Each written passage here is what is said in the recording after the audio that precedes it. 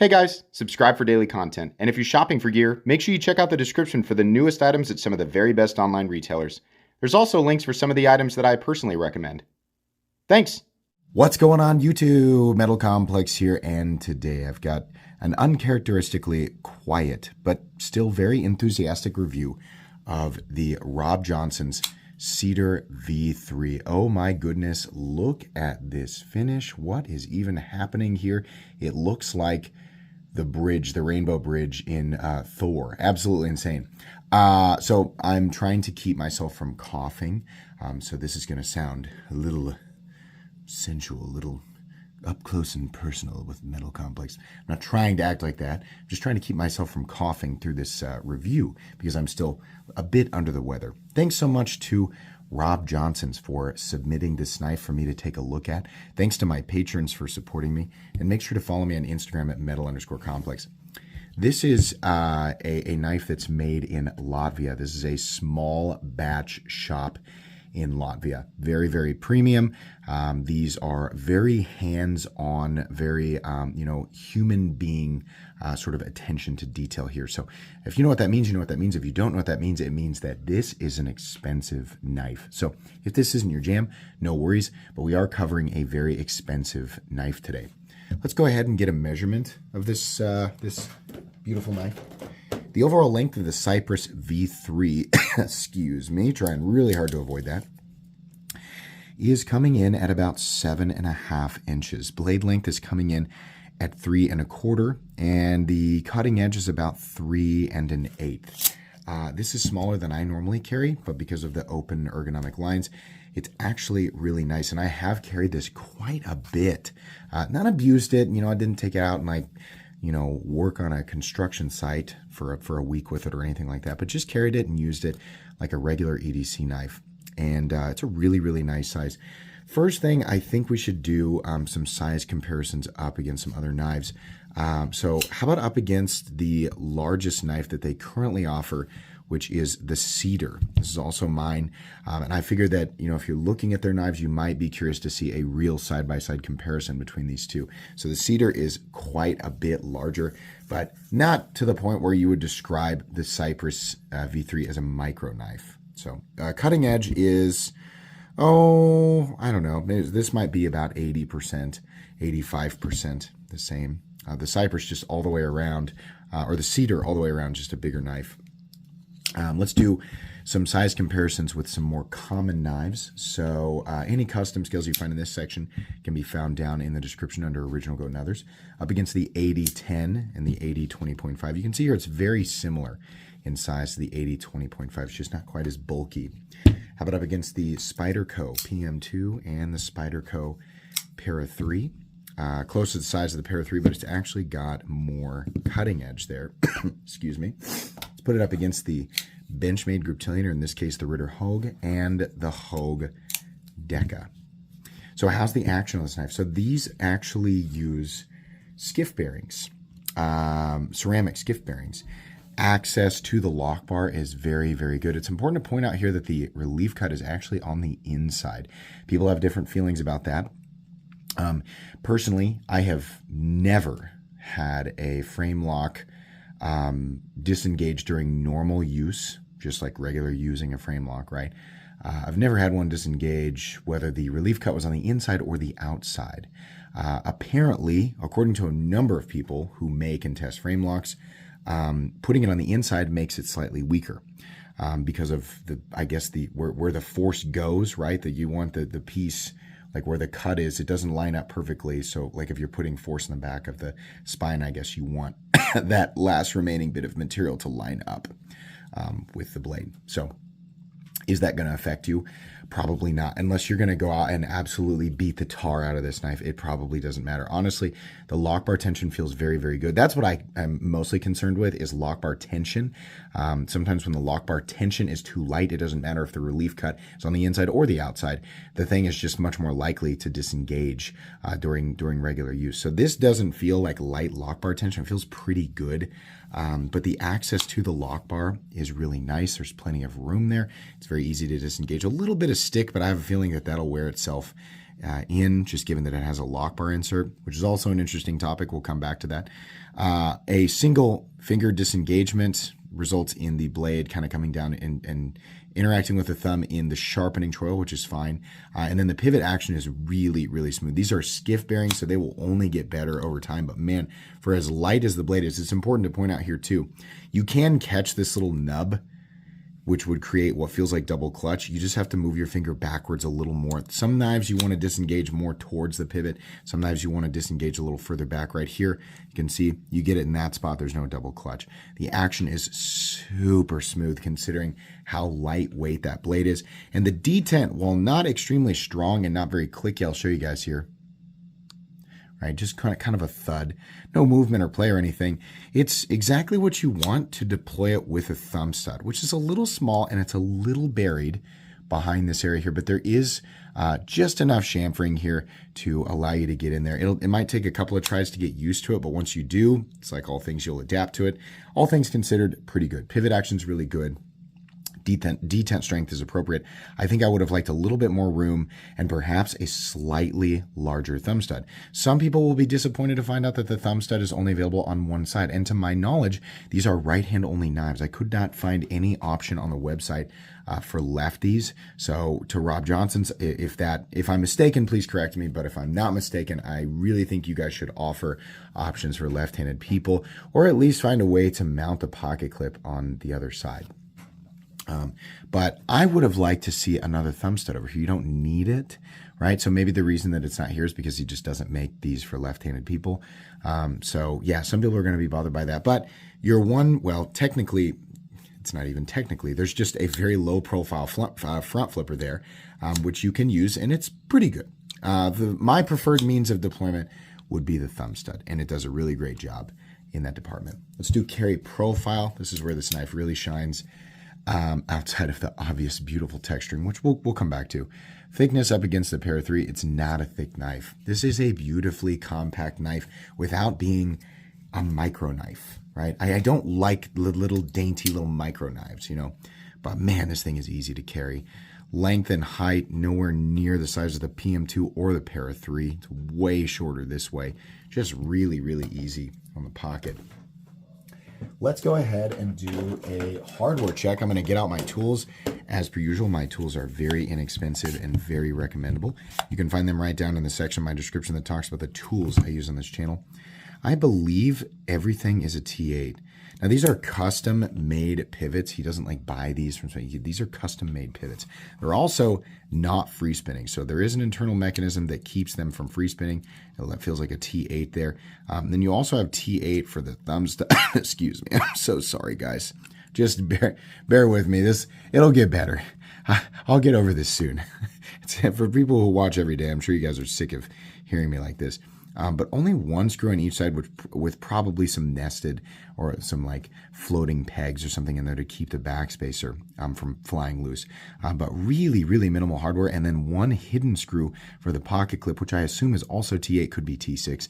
Really minimal, simple frame lock, incredibly easy to take apart and put back together. That's beautifully simple. As long as you have the right tools for the job, you should be good to go. Let's weigh it. What do we have for materials here? We have this incredible 3D cube milling pattern. He's not the first person to do this, but whenever I see it, it's just amazing. And on top of that, the milling lines in between. This is so nice. It's knives like these that I decided to buy a phone with massive storage space and the ability to record in 4K 60 frames per second. It's knives like this. And I mean, storing these videos, when I use my phone to record, it just takes up so much room. Obviously, I don't have to keep them all there, because eventually they go to YouTube. But I just decided at one point, I was like, these knives are too beautiful. What I was using to record just wasn't cutting it. And so that's why I upgraded a while back, and will continue to upgrade this with the same way. But gosh, this is so good. I don't know why I'm telling you guys this. It's so beautiful. And even the pivot detail is just amazing to look at. Really, really nice. So anyways, titanium here. And then let me show you the box you get with your knife. It's just got this sort of sliding deal right here. But But on the back of it, it'll tell you about your knife. So this one is a Cypress number 143, and it's utilizing Vanax. You actually have options for Vanax, RWL34, or Damasteel if you really want to get pricey, right? The Vanax is going to be hardened to 61, which is the absolute pinnacle that Vanax can be hardened to. And then the RWL34 and the Damasteel are hardened to 63. Wow. That's pretty cool. But you can see this is the 3D cubes. And then I don't know why it says purple. It probably just because he just gave me a box that didn't necessarily matter. I don't know. But I did confirm that this is Vanax. This is the first time I've actually noticed that says scale, pivot color, metal, purple fade. There's definitely no purple on here. But okay, maybe that's just an error. And then everything else looks correct. So anyways, sorry, I bumped the camera there. That's what you're looking at for the materials on this guy. It is worth pointing out that there's an upcharge. I think it's $77 for Vanax. There's a few different things like Damasteel you're going to pay more for. Like this build here, the base price, from what I can tell, because it was removed after they sold out here recently. You can still check, depending on when you're watching this video, they might put them back in stock. The base price is around $750. I'm not sure if he charges extra for the texture patterns. They're listed in a way that suggests it's just an option and not an additional charge for the option. But Vanax and Damasteel are definitely additional charges. So the build you're looking at here is an $840 build, and I confirm that by looking at Robjohnsons' own reply to somebody asking about this exact knife when I posted it on Instagram. And he said this exact build is an $840 build. So if the website suggests that it's either $73 or $77 for the Vanax, that would make the base price, my assumption, right around $763, or let's say about $750 is probably the base price of these knives. So anyways, but that's what you're looking at for materials here. And things get pricey. And there's always people watching, who are just shocked because you can get titanium knives and M390 and whatever. You can get those for $150, $200, $225. The difference is that those are mass produced and made in China, which dramatically lowers the cost. These are not. There's much more human interaction with these, usually made in very, very small batches. And there's usually personal attention paid to each individual knife, usually hand tuning, hand assembling, things like that. So when you're making knives like this, well, this knife won't necessarily perform any differently than a $200 knife or even a $100 knife. There's much more that goes into it. It's much more costly, and it does result in a different feel, right? This does not feel like a Chinese mass-produced knife. And this is hard for people to grasp. It's hard for somebody like me to properly express it in a YouTube video. Once you handle stuff like this, it starts to make sense, right? They just feel different. But that's okay. That's the nice thing about your hard-earned money. You can spend it on whatever you want to spend it on. Anyways, let's change the weight there so we can take a look. 2.7 ounces. That makes this knife, by my own standards, ultra lightweight. You can see there all that beautiful internal milling. Look at that. Really, really nicely done on the inside. An area where it could be ugly, but it isn't, right? Because you can't really see it. It's really nice looking. So yeah, very lightweight knife. And also the balance on this knife, right there behind the pivot, basically where you're going to have your index finger in that standard choil position. Really, really comfortable, really balanced. It just feels good, right? While still being an ultra lightweight knife. Sorry, my kids are home because I'm recording this on January 1st. So my kids are home and my wife is home and they're making noise upstairs. So anyways, let's measure the blade stock thickness and then move on into the meat and potatoes, because there is definitely some interesting stuff going on here. Blade stock thickness, I'm going to guess, is probably 115, if we can zero it out there. What do we have? Yeah, 116 thousandths or so. Nice and thin. Okay, meat and potatoes. What a beautiful knife. I mean, very, very classic profile here. Nothing super unique about the profile, but again, it's just a point that I make all the time. You can take a classic knife profile and add unique personality to it. I have never seen a machined finish like this. The blade does have a bit of a texture to it. Like you run your fingernail on it and it's so fine, it's almost like buzzing. Like it's like a baby bee just buzzing its wing. That's what it sounds like. It's just barely audible. So it is an incredibly fine texture, right? Will that slow you down while cutting? Maybe a little bit. It might create additional friction. So why'd they do it? To create something that looks unique, right? Because at this territory, it's still about function, but much less about function than it is about having something special. And this is special. I mean, also the edge, like the cutting edge is mirror polished. That's beautiful. Very, very sharp, ridiculously sharp. It's got a sticky, those of you who sharpen knives and you feel a bunch of different edges, when an edge gets so sharp, it's just glass. You can feel it running over your fingernail and you're like, if I touch that wrong, I'm going to get cut. And then you can feel it popping the little fibers of dead skin off of your thumb when you go to pull back this way, not run it across the blade, obviously, but pull away from it this way. Ooh, sticky sharp, nasty, really nice blade there. Nice tip, right? Very utilitarian blade shape if you so choose to use it. At this price point, it always comes as a shock to people who don't shop in this price point that people actually buy these knives and use them. And as we found out from a recent poll that I did, this is very much a real thing. Way more people are buying knives in this territory and using them, not abusing them, but using them than people realize. But also, obviously, we have a lot of collectors in this territory as well. So that's why this knife is catering to both parties. It is a very utilitarian and functional design with a strong locking system, not a cold steel triad lock, but a reliable and strong locking system made with premium tolerances, right? It's meant to serve the user, the collector, and the enthusiast.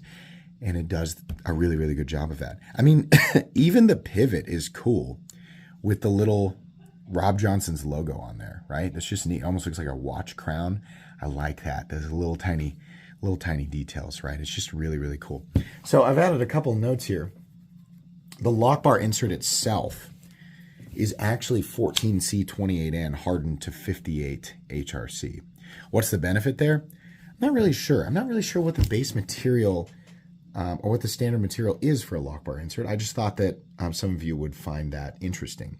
They also have what's referred to as a salt water build, which probably means that every single element or everything on the knife is made in a way that it can't rust, right? So all titanium.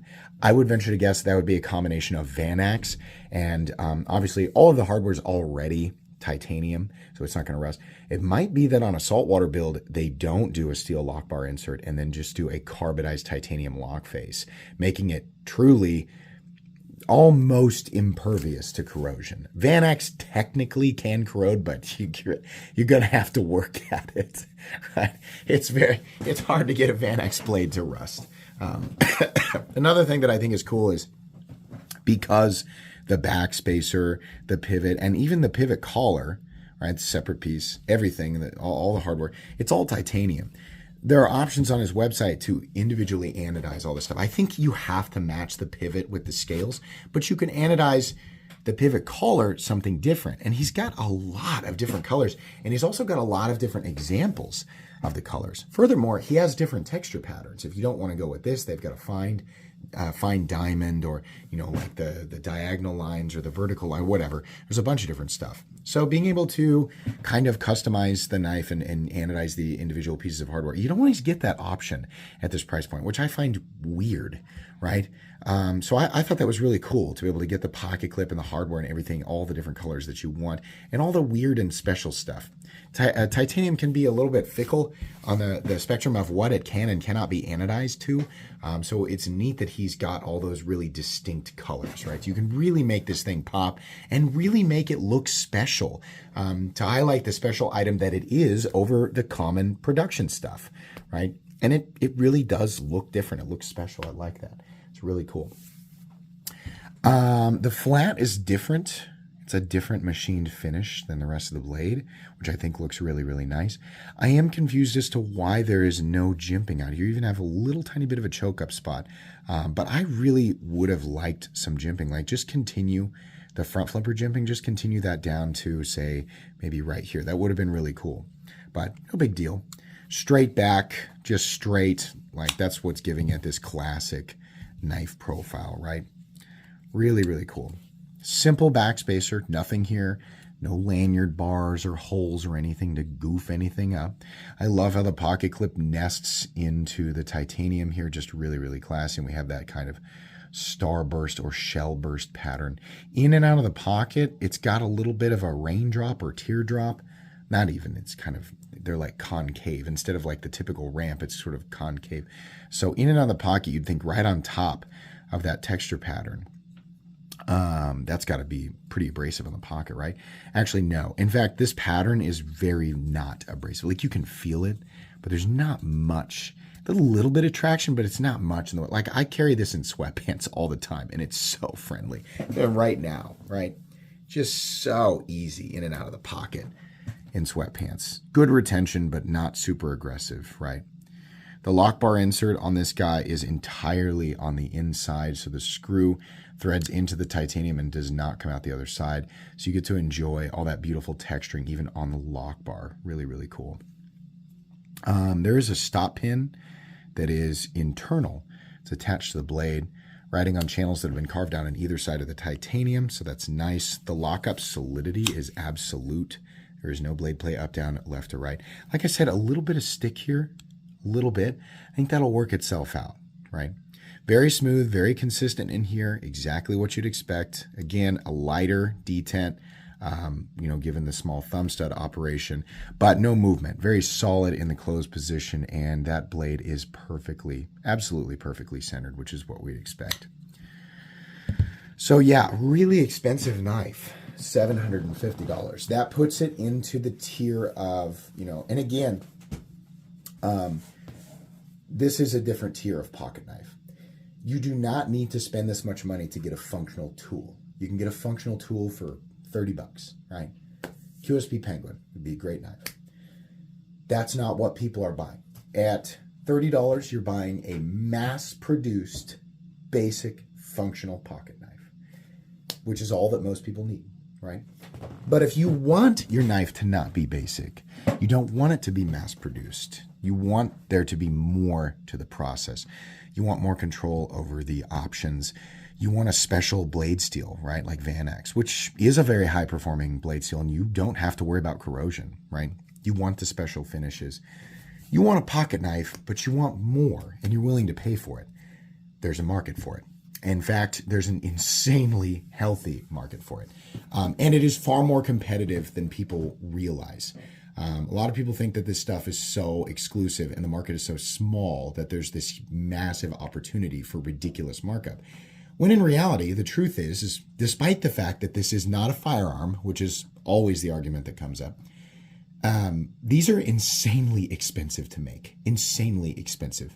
Titanium at these tolerances and milling it, getting everything exactly right, heat treating the blades and getting them all fitted properly, right? It's also a very small operation.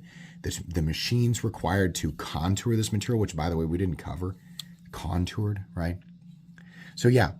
So if you don't know, this is a hard product to choke down. I get it. I remember being new and I was like, no pocket knife could possibly ever be worth X amount. I get it. But the longer you spend in this hobby, the more you learn, the more you realize that there are definitely tiers to this stuff. And the tiers do not have an absolute foundation of function that goes up dollar for dollar as the price increases, right? There are so many variables that go into it. Running a business and doing this type of stuff in Latvia, like the labor costs are going to be high. So yes, it's expensive. It's probably not quite as expensive as the USA. Maybe it's more expensive. I honestly don't know. What I do know is that it's not China. Nowhere's China. China can make stuff super cheap, right? So this is going to be expensive to make. Contour titanium full backspacer, pocket clip, customized pivot. You have blade materials like, VanX and Damasteel if you want them. Right, but let's talk about the base price, $750. what does that put it into the territory of? Herman knives, Oz Machine Company, Skiff knives. It puts it into Koenig territory, Holt territory. There's a number of others, right? There's also some knives in this territory that I don't think should be in this territory, like some CKF knives, right? It puts it almost into the territory of Shirogorov knives, and I think Shirogorov knives are all essentially overpriced. So does this knife deserve a $750 price tag? I think it's right. It's pretty much right there. You know, I feel like my cedar at the time was slightly less, but when was it? It wasn't that long ago. You know, I feel like this feels like right around $700. If it were an RW, obviously it's more because the Van X is expensive. It's just an expensive blade material, right? So yeah, I think that maybe it feels just slightly high, right? And this is a lot of it is a feeling that I've experienced a lot of stuff, so I have a good idea of how to compare this stuff, right? Where it's made, how it feels versus the competition. But sometimes those little, when I'm like, I wish it was $50 less. Admittedly, there's nothing scientific about that. That's just me just reaching in deep and thinking like, how does this really make me feel, right? So there's nothing scientific about my reasoning there, but it does feel like it belongs in this class. Anybody who buys this knife is going to be very happy with it. And I feel like you're not going to be looking at this unless you fully understand what you're looking at, right? So this is cool. I would love, do you do this to the cedar as well? Because man, that blade finish is amazing. I love the blade finish on this guy, but this finish, this is insane, dude. So cool. All right. This is a 26-minute video. Do I recommend this knife to the general knife buyer? No. Are you crazy? This thing costs $750. The average person doesn't need to be walking around with a $750 pocket knife. No. If you consider yourself an average Joe with an average budget, which is totally fine, I'm not judging anybody, no, this isn't for you. If you are the type of person to shop at this tier, is it a knife that you should consider adding to your collection or your EDC rotation? Absolutely. Yeah, definitely. This is going to go in my favorite knives of all time playlist, but not in my recommended knives playlist. It's also going to go in my custom knives playlist. Hope that makes sense to people, right? I only recommend it to very specific knife buyers and definitely not the average person, but very, very good. A personal favorite of mine. Thanks again to Robjohnsons for sending this in. Please make sure to follow me on Instagram at metal_complex. If you enjoyed this video, leave a like. If you'd like to check out my other content, I do, of course, have lots of videos of knives that are either expensive or inexpensive that I do or don't like, so check those out. And if you enjoy all my content, go ahead and click on that Metal Complex logo right there and subscribe because there's definitely more coming. Thanks again for watching, everybody, and have a great day.